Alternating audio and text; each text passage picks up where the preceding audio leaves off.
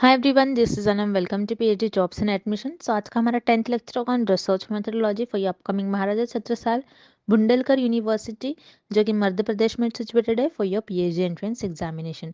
सो आज के इस लेक्चर में मैंने अगेन कैरेक्टरिस्टिक्स ऑफ रिसर्च पर कुछ इंपॉर्टेंट एमसीक्यूज डिस्कस करा है। सो कल के सेशन में हमने पार्ट 1 पर एमसीक्यूज डिस्कस करा था और आज के सेशन में हम पार्ट 2 पर कुछ इंपॉर्टेंट एमसीक्यूज डिस्कस करेंगे। सो इसलिए आप इस वीडियो को अंत तक जरूर देख लीजिएगा।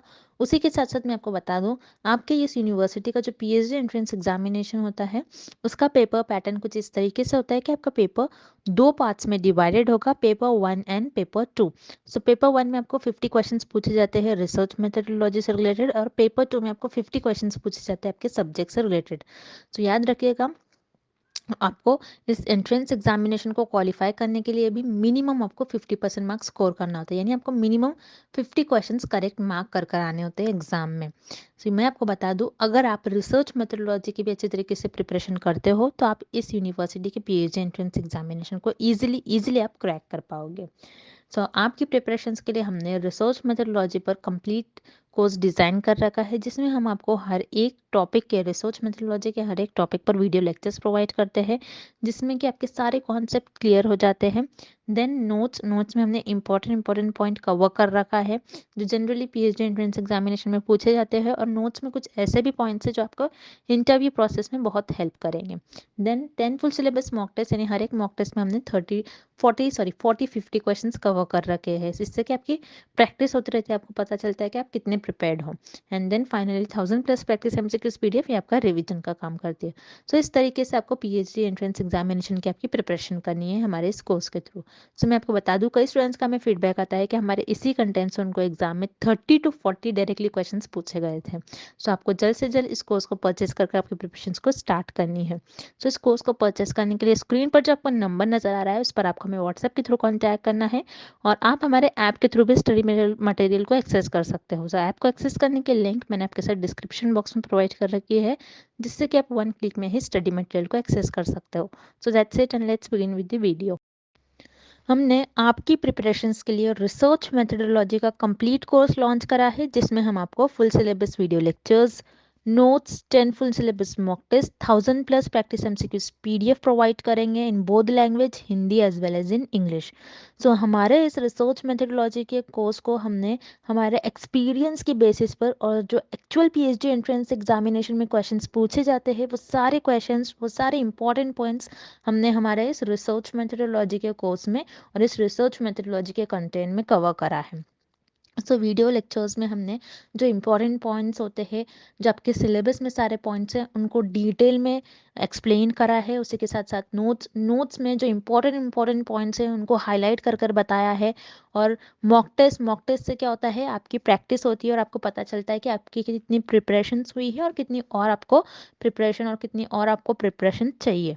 उसी के साथ साथ 1000+ प्रैक्टिस एमसीक्यूज पीडीएफ में हमने जो रिसर्च मेथोडोलॉजी के एग्जामिनेशन में क्वेश्चंस आने के चांसेस होते हैं, और हमारे एक्सपीरियंस की बेसिस पे वो सारे क्वेश्चंस हमने हमारे इस 1000+ प्रैक्टिस एमसीक्यूज पीडीएफ में कवर करे हैं।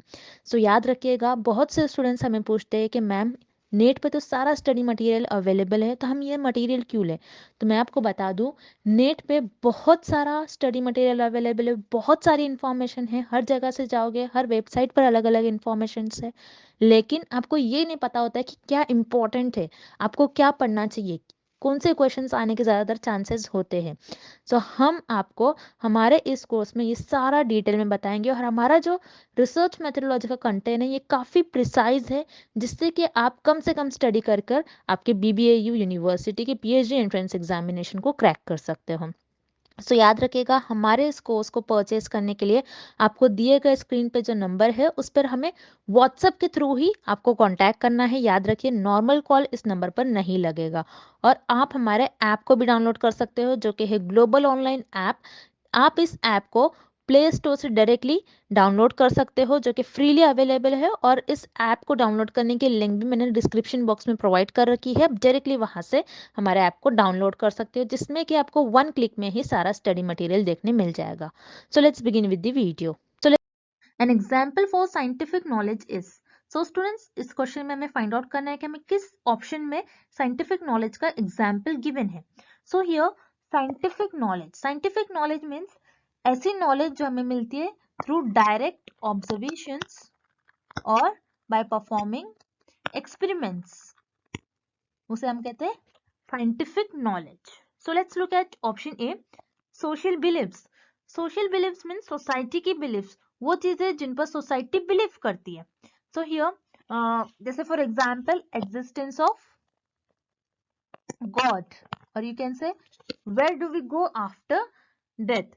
सो यहाँ पर इन सारी चीजों पर आप एक्सपेरिमेंट्स परफॉर्म नहीं कर सकते हो और ना ही इनको डायरेक्टली ऑब्जर्व करते हो. That's why here option A is incorrect. Then option B, theology. Theology means the study on existence of God, और यू कैन से जो रिलीजियस बिलीव्स पर बेस्ड स्टडी होती है उसे हम कहते हैं थियोलॉजी. अगेन थियोलॉजी पर आप डायरेक्ट यहाँ पर आप ऑब्जर्वेशंस नहीं कर सकते हो और ना ही इन सारी चीजों पर एक्सपेरिमेंट्स परफॉर्म करते हो. That's why here option B is incorrect. Then we have option C, laboratory and field experiments. So यहाँ पर yes, it is the example of scientific knowledge जहां पर आप लैब्स या रियल लाइफ के फैक्ट्स पर बेस्ड एक्सपेरिमेंट्स परफॉर्म करते हो और उस चीजों को आप डायरेक्टली ऑब्जर्व करते हो. So here direct observation is very important in scientific knowledge. Okay, फिर जहां पर आप डायरेक्ट ऑब्जर्व करते हो, उस चीजों को एनालाइज करते हो, जहां पर आपको न्यू इंफॉर्मेशन और आप कुछ न्यू नॉलेज गेन करते हो. सो here option C is the right answer, laboratory and field experiments. Okay, next, a research instrument giving inconsistent results has. So students, इस क्वेश्चन में हमें फाइंड आउट करना है कि ऐसा इंस्ट्रूमेंट जो इनकंसिस्टेंट रिजल्ट देता है उसे हम क्या कहते हैं. सो हियर इनकंसिस्टेंट मीन्स, जैसे फॉर एग्जांपल हम एग्जांपल के थ्रू समझते हैं. आपका एक्चुअल वेट है 70, ओके, और आपने वेइंग मशीन में आपने वेट किया और आपका वेट आ रहा है 60. देन आपने सेकेंड टाइम वेट किया, सो आपका आ रहा है 40. आपने थर्ड टाइम वेट किया तो आपका आ रहा है 50. सो आप देख रहे हो हर बार आपको अलग अलग रिजल्ट मिल रहे हैं, सेम नहीं मिल रहे हैं. ओके, आपने नंबर ऑफ टाइम्स आपने ये वेट किया अपना, ओके, थ्री टाइम्स आपने वेट किया और तीनों भी टाइम आपका वेट अलग अलग आ रहा है. That is known as inconsistence. और इनकंसिस्टेंस जब रिजल्ट आते हैं उसे हम कहते हैं low reliability. Okay, that's why here option C is correct. Then we have option A, high reliability. High reliability means जहां पर आपको आपने जितने भी बार आप एक्सपेरिमेंट परफॉर्म करोगे आपको सेम ही मेजरमेंट आएगा. सो आपने यहाँ पर मेजर किया, आपने 3 टाइम्स मेजर किया और तीनों भी टाइम आपका आया 55, 55 and 55 weight. That means here ये मशीन जो है it is highly reliable. Okay, then we have option B, high validity. High validity means आपका actual weight 70 है और आपने वेट किया weighing machine पर, so आपका भी वेट आ रहा है 70. मीन्स यहाँ पर आपका एक्चुअल वेट 70 था एंड आपका जो रिजल्ट आ रहा है वो 70. मीन्स इक्वल वैल्यू आनी चाहिए. That's why it is known as high validity. लेकिन इस क्वेश्चन में हमें पूछा गया इनकंसिस्टेंट रिजल्ट हमें जब मिलते हैं हम उस इंस्ट्रूमेंट को हम क्या कहते हैं. सो यस, जब इनकंसिस्टेंट रिजल्ट मिलते हैं मीन्स अलग अलग हर टाइम रिजल्ट मिलते हैं एक्सपेरिमेंट परफॉर्म करने के बाद, सो उसे हम कहते हैं low reliability. So here option C is the right answer. Moving on to the next question. A research problem is primarily chosen depending upon.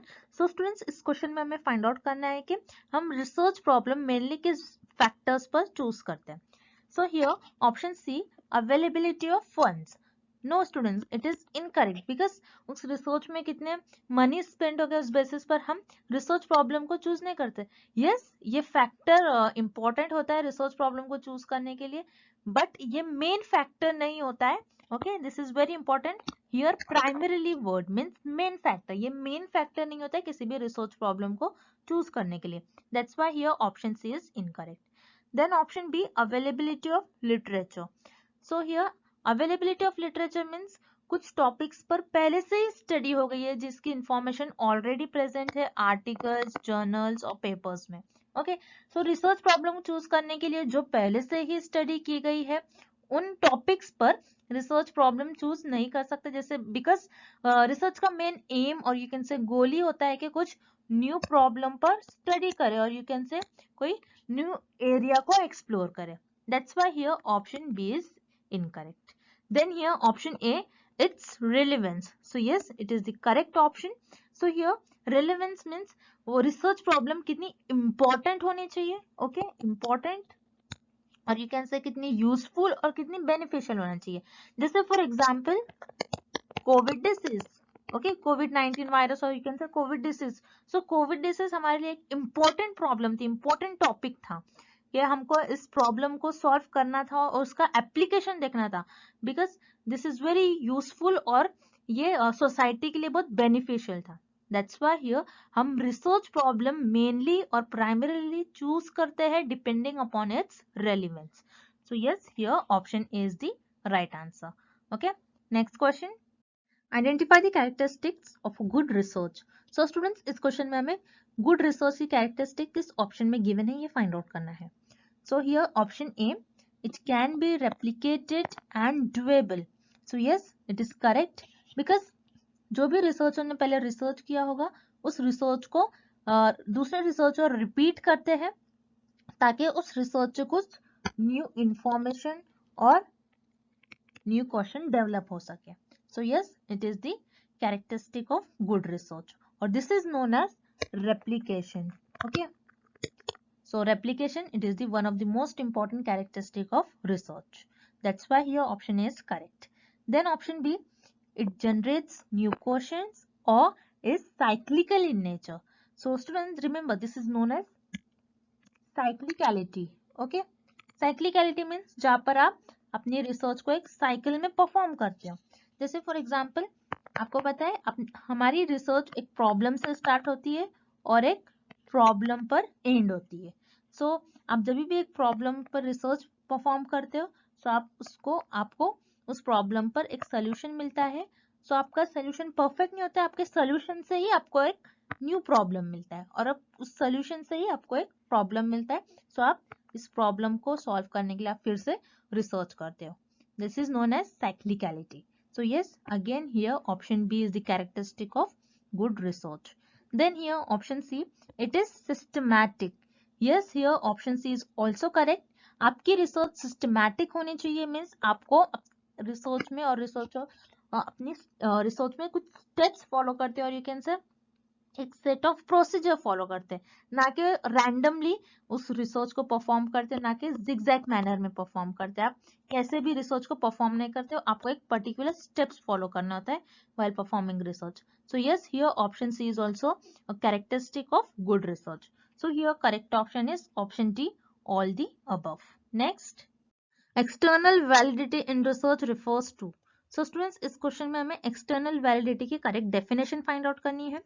So here validity, as you know, it is the characteristic in research, or external validity, it is the type of validity.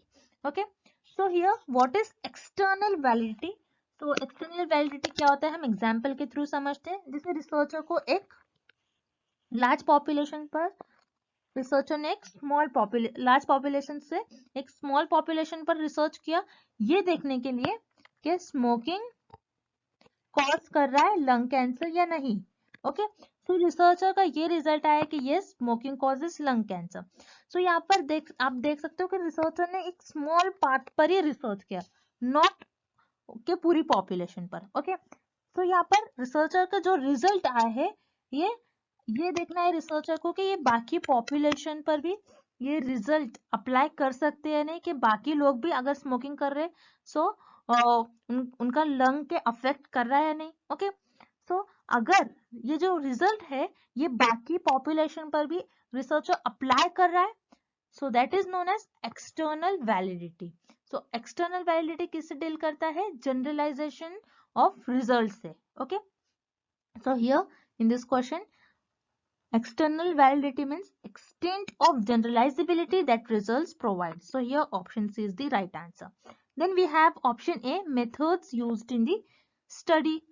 No students, here option A is not the correct definition of external validity. Then option B, relation of research problem with researcher's personal life. Again, obviously option B is incorrect. So here option C is the right answer. Okay, next. Identify the features of the scientific method from the following list. So students इस question में हमें scientific method के characteristic find out करने हैं. So here option A, clearly defined variables and procedure. So remember student, this is known as systematics. Okay, means आपको अपनी research systematic way से perform करनी चाहिए. आपको जो भी आपके रिसर्च में वेरिएबल्स है आपको प्रॉपर डिफाइन करने चाहिए और आपको आपकी जो रिसर्च होती है आपको प्रॉपर प्रोसीजर फॉलो करना होता है और यू कैन से सर्टेन स्टेप्स फॉलो करना होता है while performing research. So yes, here option A, it is the characteristic of scientific method. Then here B, empirically tested hypothesis. This is known as empirical. Okay. So students, here empirically tested hypothesis means आपको आपकी research, आपके observations के basis पर आपको आपके hypothesis को test करना चाहिए, ना कि किसी की कही सुनी बातों पर आपको आपके हाइपोथेसिस को टेस्ट करना चाहिए. That's why here option C is also a characteristic of scientific method. Then option C, linguistic justification of conclusions. So here linguistic means language. Okay, means आपको आपकी कंक्लूजन्स, आप जब भी आपके कंक्लूजन्स फॉर्म करते हो तो आप आपकी लैंग्वेज कैसे जस्टिफाई करते हो, कैसे, means it is not the part of scientific method, it is the part of report writing. Okay, that's why here option C is incorrect. So here correct option is option D. Both A and B are the characteristics of the scientific method. Okay, next question. Identify the characteristics of a good research topic. So students, इस question में हमें ये find out करना है कि किस option में हमें गुड रिसर्च टॉपिक के फीचर्स गिवन है. तो here option A, the topic is researchable. So yes, it is the characteristic of good research topic, जहाँ पर आपकी रिसर्च का टॉपिक ऐसा होना चाहिए जिस पर आप रिसर्च कर सके, ना कि आपका रिसर्च टॉपिक अनरिसर्चेबल होना चाहिए. जैसे फॉर एग्जाम्पल, आपको अगर गॉड के बारे में फाइंड आउट करना है या फिर आपको सोल के बारे में फाइंड आउट करना है, सो आप इन टॉपिक पर आप रिसर्च नहीं परफॉर्म कर सकते हो, ना ही इन टॉपिक को आप डायरेक्टली ऑब्जर्व करते हो और ना ही इन टॉपिक पर आप एक्सपेरिमेंट्स परफॉर्म करते हो. ओके, दैट्स व्हाई हियर आपका जो रिसर्च टॉपिक होता है आप रिसर्चेबल होना चाहिए. Okay, that's why here option A is the right answer. Then option B, the topic is interesting. So yes, again here option B is also the characteristic of good research topic, जहाँ पर आप जो भी research, अपनी research में जो topic choose करते हैं वो इंटरेस्टिंग होना चाहिए. बिकॉज आपका जो रिसर्च होता है वो एक दिन दो दिन का नहीं होता है, आपको 3 to 4 years आपको आपके रिसर्च में देना पड़ता है, आपके PhD प्रोग्राम में देना पड़ता है. इसीलिए आपका जो रिसर्च टॉपिक होता है आपके इंटरेस्ट के बेसिस पर होना चाहिए. Then here option C, the topic is significant. So here significant means beneficial. Okay, means आपका जो रिसर्च टॉपिक है वो सोसाइटी के लिए बेनिफिशियल होना चाहिए, हेल्पफुल होना चाहिए, यूजफुल होना चाहिए. That's why here option C is also the characteristic और you can say feature of good research topic. So here option D is the right answer because here all the three options are the feature of good research topic. Next question.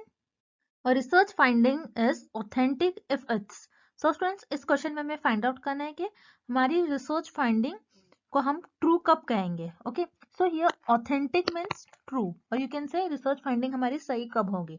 So let's see option A, valid. Valid, so yes, आपकी research finding valid होनी चाहिए. Means आपको जो actual में major करना था कि आपकी रिसर्च उस चीज को एक्चुअल में मेजर कर पा रही है. सो अगर वो मेजर कर पा रही है that is known as valid. So yes, आपकी रिसर्च फाइंडिंग वैलिड होनी चाहिए. Then here option B, objective. Yes, it is also correct because आपको आपकी रिसर्च में सम प्रोसीजर और you can say some steps follow करना होता है व्हाइल परफॉर्मिंग रिसर्च, ना कि रिसर्चर को आपकी प्रेफरेंस को आगे रखना चाहिए, रिसर्चर को उनकी प्रेफरेंस को, और रिसर्चर को यहाँ पर बायस भी नहीं होने चाहिए. ओके, सो यस, आपकी रिसर्च फाइंडिंग ऑब्जेक्टिव होनी चाहिए. Then here option C, original. So yes, it is also correct about research finding. So आपकी रिसर्च, आप जब भी रिसर्च परफॉर्म करते हो, रिसर्च की डेफिनेशन ही ये होती है कि कुछ new theories, new concept, new ideas को डेवलप करे. सो रिमेंबर स्टूडेंट, जो भी चीज न्यू होती है वो ओरिजिनल होती है. That's why here option C is also correct about research finding. So here correct option is option D, all the above. Moving on to the next question. Dash validity assesses whether the test looks valid to the readers who read it.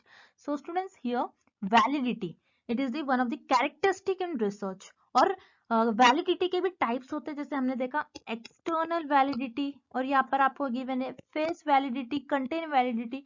So this are the types in validity. Okay, so here इस question में हमें find out करना है कि ऐसा matter और ऐसा content जिसके अपीयरेंस से ही और जिसको देखते ही आप गेस कर लेते हो ये किस सब्जेक्ट से रिलेटेड है। सो उस वैलिडिटी को हम क्या कहते हैं? सो हम एग्जाम्पल के थ्रू समझते हैं। जैसे फॉर एग्जाम्पल यहाँ पर आपको एक टेस्ट टीचर ने दिया है और यहाँ पर कुछ ऐसे टर्म्स गिवन है आपको। Okay, sine theta plus cos theta. So यहाँ पर आप इस टेस्ट को देखते ही आप बता दोगे कि ये मैथ्स का टेस्ट है। ओके, तो जहां पर आप कोई मैटर को देखते ही आप गेस कर लेते हो ये कौन से सब्जेक्ट से रिलेटेड है, that is known as face validity, जिसके आप अपीयरेंस से ही आप गेस कर लेते हो। Whereas what is content validity? Content validity means यहाँ पर आपको टीचर ने दिया है कि ये एल्जिब्रा का टेस्ट है, लेकिन आप यहाँ पर देख रहे हो sine theta cos theta, it is related with trigonometry, that means ये जो है ज्योमेट्री से रिलेटेड है, ज्योमेट्री सब्जेक्ट के टर्म से। ओके, सो यहाँ पर टीचर ने आपको टेस्ट एल्जिब्रा का दिया है लेकिन कंटेंट तो ज्योमेट्री का है, दैट मीन्स यहाँ पर कंटेंट इनकरेक्ट है। सो जब कंटेंट इनकरेक्ट होगा that is known as content validity. Okay, so yes, आप ऐसा मैटर और ऐसा कंटेंट जिसको आप देखते ही गेस करते हो, उसके अपीयरेंस से ही जानते हो कि किस सब्जेक्ट से रिलेटेड है, that is known as face validity. So here option A is the right answer. Next question. Which of the following indicators best indicates the credibility of the published research? So students, इस question में हमें find out करना है कि ऐसा कौन सा option है जो किसी रिसर्चर के पब्लिश्ड रिसर्च के क्रेडिबिलिटी को और ट्रस्ट को बढ़ाता है। So here credibility means trust. So let's look at option A, institutional affiliation of the author. So here affiliation means position.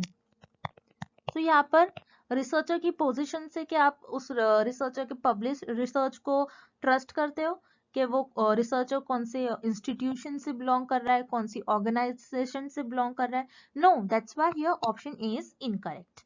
Then here option C, date of publication. Again here option C is incorrect because आप किसी भी researcher के publish research की date of publication से उस research को trust नहीं करते हो। जैसे फॉर एग्जांपल किसी रिसर्च ने कोई टॉपिक पर पहले से ही रिसर्च किया और किसी की रिसेंट रिसर्च है, so that's why here date of publication is not the factor in credibility. That's why here option C is incorrect. Then option D, number of references. So yes, number of references means किसी research ने अपने research में 20 references लिया है और किसी ने 40 references लिया है। सो आप ऐसा नहीं कह सकते हो कि जिसने 40 रेफरेंसेस लिया है उसकी रिसर्च बहुत अच्छी होगी, जिसने 20 लिया है उनकी रिसर्च पर आप ट्रस्ट नहीं करते हो। No, number of references is not the factor. Again here option D is incorrect. So here option B, whether a journal article is peer reviewed. So yes, it is the correct because आप जब भी अपनी research को publish करते हो journals articles में, सो वो unknown लोगों को सेंड किया जाता है और वो आपके रिसर्च टॉपिक और आपको कमेंट करते हैं और आपको फीडबैक देते हैं और वो बताते हैं कि if your research is authentic और नॉट, कि आपकी रिसर्च सही है या नहीं है। So here option B is the right answer, whether a journal article is peer reviewed. So students, I hope the characteristic of research is clear to everyone, and thank you for watching this video. See you tomorrow.